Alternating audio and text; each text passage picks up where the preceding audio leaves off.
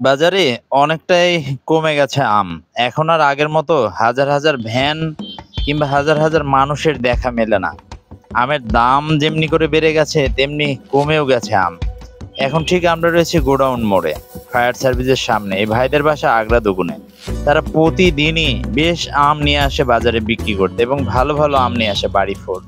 এই আমটি ৫,৫০০ টাকা দাম বলেছে, তারা বিক্রি করেনি। আমটি আরো তারা ৬,০০০ টাকা চাচ্ছেন তেনারা।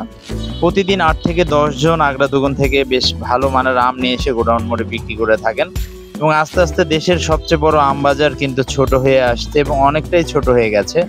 যেখানে ভ্যান দাঁড়ানোর কোনো জায়গা ছিল না গোডাউন মোড়ে, সেখানে অনেকটাই এখন কম ভ্যান দেখা মিলছে এবং ফায়ার সার্ভিসের এই ঢালাইয়ের এই পাশটিতে বেশ সারিভাবে তারা ভ্যান দাঁড় করিয়েছে এবং আজকে বৃহস্পতিবার থেমে থেমে বৃষ্টি হওয়ার কারণে আম বেচা কিনাও বেশ সমস্যা হচ্ছে। বাজারে বিভিন্ন দামে বিক্রি হচ্ছে। বাড়ি ফোর আম গোডাউন মোড়ে সবচেয়ে বেশি রয়েছে, সর্বোচ্চ ৬,৪০০ টাকা পর্যন্ত বিক্রি হয়েছে এবং সর্বনিম্ন ৪,০০০ টাকা এবং ৪৬০০ থেকে ৫৫০০ টাকার মধ্যে এই ধরনের আমগুলো কিন্তু গোডাউন মোড়ে সবচেয়ে বেশি বিক্রি হচ্ছে এবং গৌরমতি বিক্রি হচ্ছে ৪,০০০, ৪,৫০০ টাকা। ডাল ভাঙা রয়েছে, আশিনা বিক্রি হচ্ছে ২,০০০ থেকে ৩,০০০ টাকা, ১৮০০ টাকা। এই মিলে কিন্তু আর মাঝে মধ্যে দু একটি করে ভ্যানে আমরুপালি আম আসছে, যেগুলো বেশ ভালো দামে বিক্রি হচ্ছে আমরুপালি।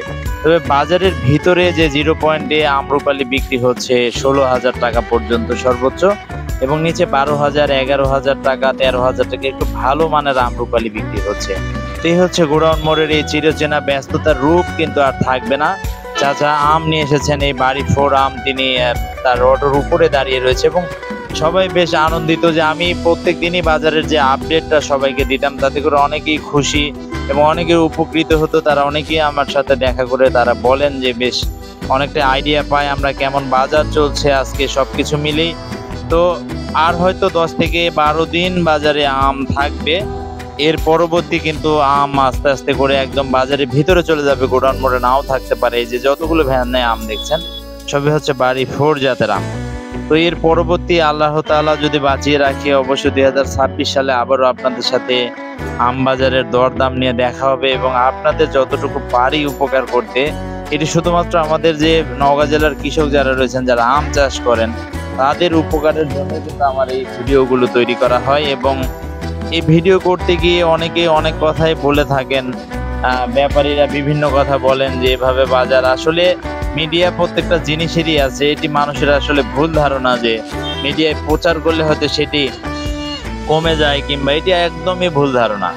এটি মানুষের চিন্তাধারাই ভালো না।